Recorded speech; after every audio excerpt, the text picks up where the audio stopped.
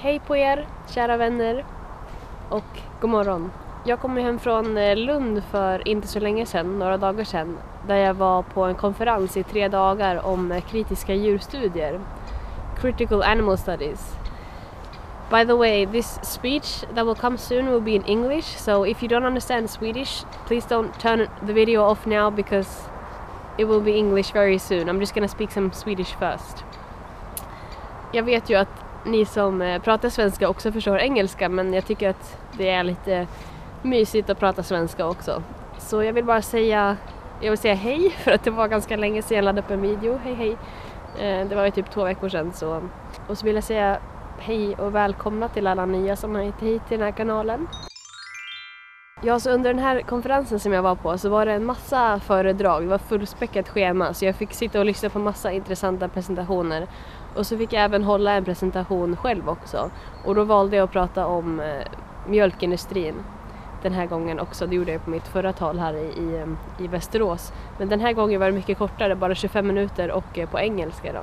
Och så la jag in lite olika saker än förra gången också. Så ja, men här är det i alla fall. Så jag hoppas ni ska tycka att det är intressant och kul och bra att lyssna på.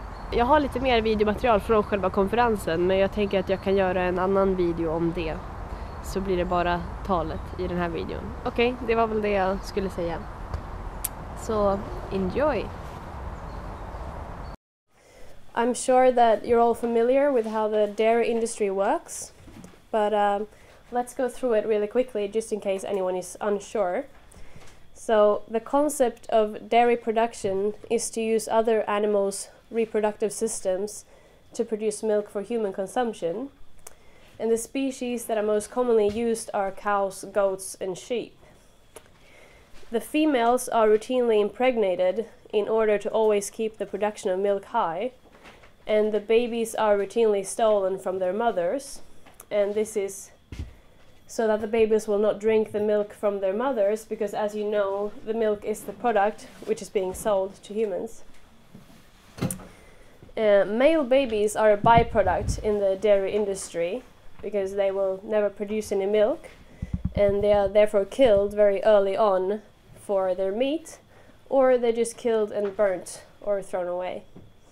Female babies face the same future as their mothers, with repeated inseminations, pregnancies, births, and separations. They are normally killed around 4 to 6 years old, when they are no longer profitable enough as milk producers. Cows, goats, and sheep are very sensitive and intelligent animals. Oxytocin is a hormone which is being released when we humans give birth to create a strong bond between mother and baby. And the same hormones is also being released in other animals when they give birth, of course. They experience strong emotions just like we do. But despite repeated pregnancies, the mothers in the dairy industry never get to experience motherhood. Aside from all the emotional stress and mental terror and mental issues, the animals in the dairy industry also very often suffer from physical pains. Some of the most common ones are udder infections and hoof diseases, and the calves often suffer from diarrhea and pneumonia. To distract us from all this horror of disease, baby stealing, exploitation, and brutal killing, the dairy lobbies are spending endless money on advertisement and propaganda, and which has been quite successful so far, to say the least. Most people have no idea what they're paying for when they're buying dairy products. It was during the 1920s that the milk consumption really started to increase in Sweden, and that was because of huge efforts by the then new organization called Mjölkpropagandan, which is milk propaganda.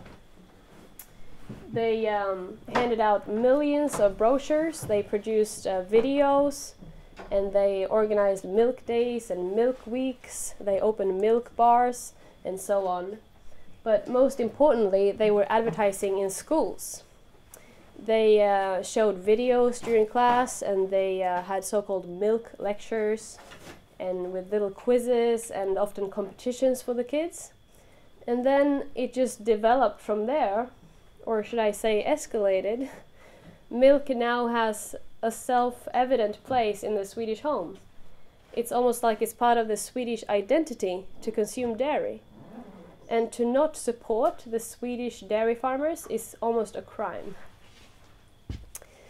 Mjölkpropagandan, the Milk Propaganda, the organization, they changed their name later on, and they're now part of the Federation of Swedish Farmers Milk Department. And they are still producing videos and so-called educational material for children in school. Here is a screenshot from one of those videos. There is a happy guitar music in the background, and there's a child's voice narrating the video. This cartoon video, of course, and they're saying things like, cows love exercise. There are meat cows and dairy cows. Cows take well care of their babies, and we take care of the cows, and the cows also take care of us. They give us milk, cheese, open landscape, meat, and so on. And this is shown to children in school as part of education. Arla is one of the biggest dairy companies in Sweden, and they have a product called Bregott, which is like a butter spread that you can put on bread. And they have their own Instagram account where you can follow the cows' lives in what they call the Bregott factory. And in the Bregott factory, it is always summer. Even in the winter, in the cold, rainy, grey Swedish winter, it is still summer in the Bregott factory. And what's interesting is that while vegans often get blamed for putting human emotions on animals or humanizing the cows, when we're actually just saying like really obvious things like mother and baby want to be together, it is actually the dairy lobbies themselves that are humanizing the cows to the most ridiculous degree. For example, in the Bregott factory. In the previous one, they were playing hide and seek, apparently, and in this one, they're hunting for Easter eggs. Oh. They do that every year in the Bregott factory, if you follow them. And here they're singing Christmas carols and recording a new CD. Graduation time in Bregottfabriken. And the people that produce this Bregott factory, they also seem quite obsessed with the thought of the cows dating and flirting for some reason. Here it says summer flirt in Bregottfabriken. And this is a cow dating on Tinder. And this cow is talking with her lover over Skype.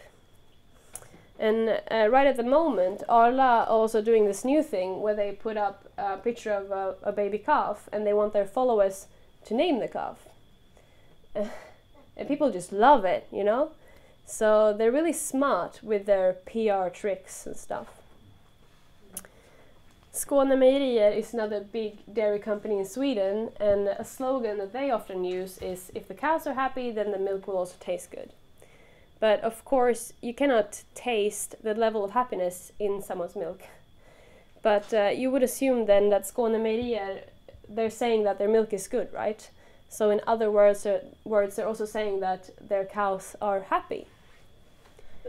So despite forced pregnancies and despite having her baby kidnapped and spending most of her life on hard concrete floor, and then also being bred in a way that will most likely cause her other infections and other physical pains, and then when she's not useful enough, driven to a house of slaughter, and then forced into a tiny pen, shot between her eyes, hung upside down, and then having her throat slit. Like, despite all that, Skåne Mejerier shamelessly proclaims that the cows, they're happy. And the result from all this is that many people grow up thinking that cows in the dairy industry, they live a happy life, and they produce milk out of nowhere. Somehow we were convinced from an early age to believe that cows are different from all the other mammals. Like cats, dogs, or humans, for example, who we of course knew only produced milk when they had a baby and that the milk is for the baby. But cows, no, they just have a lot of milk all the time, and they need to be milked. Everybody knew that. I mean, they're even called dairy cows, right? So I'm gonna show you a short clip of some street interviews that I did here in Lund actually earlier this year. Behöver en ko föda en kalv för att börja producera mjölk? Vet du svaret på den frågan? Nej. Är svaret nej eller vet du inte? Jag vet inte, jag tror att det är nej. Du tror att det är nej. Tror du att en ko behöver föda en kalv för att börja producera mjölk? Nej. Varför producerar en ko mjölk? Ja, så att det är helt naturliga. Så det är naturligt.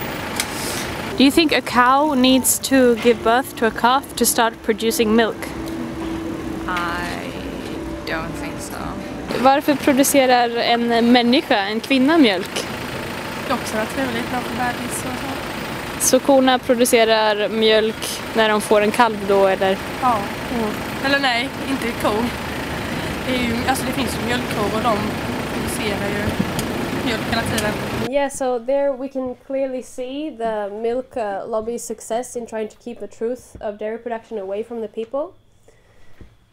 But the good news is that in this day and age it's not easy to keep truth away from anyone.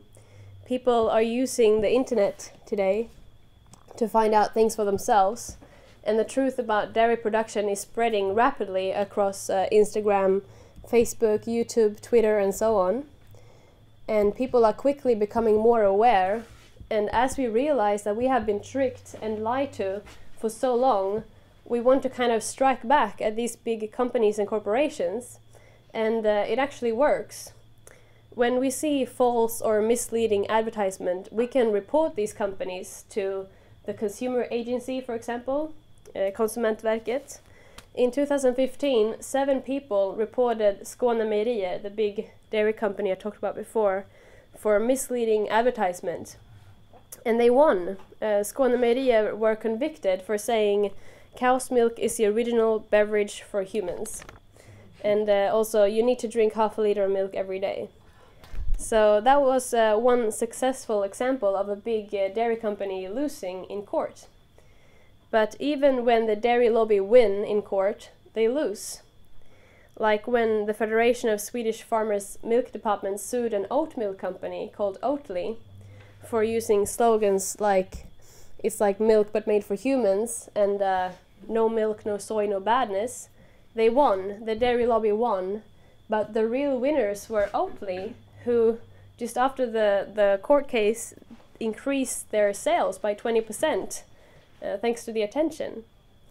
And that was a couple of years ago, and since then Oatly have not backed down, but rather they have stepped up, and right now they're actually running a campaign that says is everything you've learned about milk true? And they're going really strong with TV ads and everything, and they also have this book, the For and Against book about cow's milk. And in this book they have listed all the most common questions and excuses and arguments that people have about milk. For example, strong bones, biodiversity, nutrition, protein, but it's always been this way, it's natural, organic, and so on. And they present logical and honest answers to all these questions, also with a portion of humor, which they actually have always been pretty good at. And it doesn't really stop there. Here in Sweden, schools can apply for something called school milk support, which is a subsidy from the EU that any school can apply for. And when you have that, you get the school gets 1.8 kroner per liter of milk. And the subsidy is, quote, to increase the children's intake of dairy products. It says clearly on the Swedish Agriculture Agency's website, Jordbruksverket. And if a child wants a plant-based option with her lunch instead of cow's milk, she in 74% of the cases she needs a medical certificate for that. And that's of course absurd. So Oatly are using the platform to try and do something about that. So now they have demanded that this school milk support should be reviewed by the Swedish Competition Authority, Konkurrensverket. This is the poster that all the schools have to put on their wall if they're using this school milk support. So that's the cows promoting cow's milk. But yeah, change is happening really quickly, and I just want to talk about this as well. I'm impressed with the English activists who made this website and created, like, they launched World Plant Milk Day this year for the first time. So the 22nd of August is now officially World Plant Milk Day, so make sure you write that down. And they have their own hashtag and everything. And on this website that they made, they have so much information about dairy, and not only the ethical part but also about health and environment. And they also inform about all the plant-based options and the benefits with them and how well it's going with them. So this is just a few examples of what's happening right now, but I can think of a few more already. I'm sure you can think of some as well. It's happening, a lot is happening. So this change is thanks to activists across the world doing great work, and it is so important that we work together and that we speak up. We need to always speak up for what is right, even if our voice is shaking or we're nervous or whatever. And it's really good to be here with all of you today and to know that the support for animal liberation is wide and strong. So now we just need to keep fighting animal cruelty on all fronts until everyone is liberated. Thank you.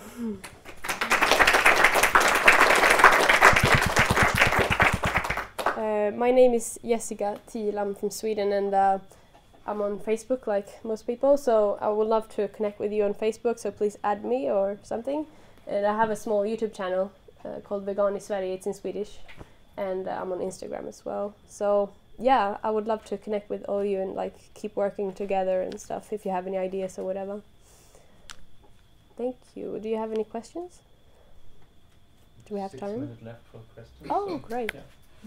Yeah. Could you go back to the graph? I'm still... Yeah, I hope this is true. Does that make sense? I mean, does it really seem like milk is a fraction of non-milk use? Yeah, I mean, they're not. I don't think they're increasing their sales much. Oh, So okay. I think So this that's is. just increases, okay. Yeah, and yeah, exactly, and that's Oh, the okay. plant milk going up. So they're both going up, but that one's going up much more. Yeah. Do you know if Oatly has managed to get their for and against book out in schools, or what their goal is? Because I can imagine that some gatekeepers would keep it out of Yeah. schools. From what I know, it's only a PDF at the moment, an online book that you can get from their website. But that would be great, and would be only fair, you know, to compare to what the others are doing. You know, they have all sorts of materials in school. Yeah. I was just wondering if you know if Oatly has sponsors, like private sponsors, because I was actually surprised seeing a big campaign sign in Copenhagen for Oatly. Because normally you see the substitute milks don't have as much money to compete with. So I was really positively surprised to see that they actually managed to have this. Yeah. local- I don't know where they get all the money from, because they have so many ads on TV, Yeah, and I know that's super expensive too. So I guess they're just going really well. I think so, because they're good at advertisement. They branding. you know, this hipster company. Everybody loves it everywhere. They're even in America and other countries India, too. yeah. So I think they're just going well. Yeah. Have you talked with or experienced this with talking to schools or teachers if they actively use the milk program in schools, or if they just how are they used in schools? Yeah, I'm not sure how much they are used in schools. I've been trying to find some statistics on that, but I haven't succeeded. But I know that also, this was from LRF, the Federation of Swedish Farmers. This cows take well care of their babies, and they make these videos. That's one place to get your school stuff. If you want, as a teacher, you can go there and get it. But there's also Arla and Skåne Media. They have their own part of their company, which is directly focused for schools, and they invite school classes. So there's from many different directions, teachers are being like, hey, come and get this, this is good for your students to learn about agriculture. But no, I don't know. I really like to know. Maybe I have to like dig deeper into that to find out. How does that work legally? Because marketing for children below, 12 in Sweden is illegal and has been for we're the first in the country to include that in our law system. How can that be legal? I don't know. I don't think it's illegal. I think it just like passes through anyway.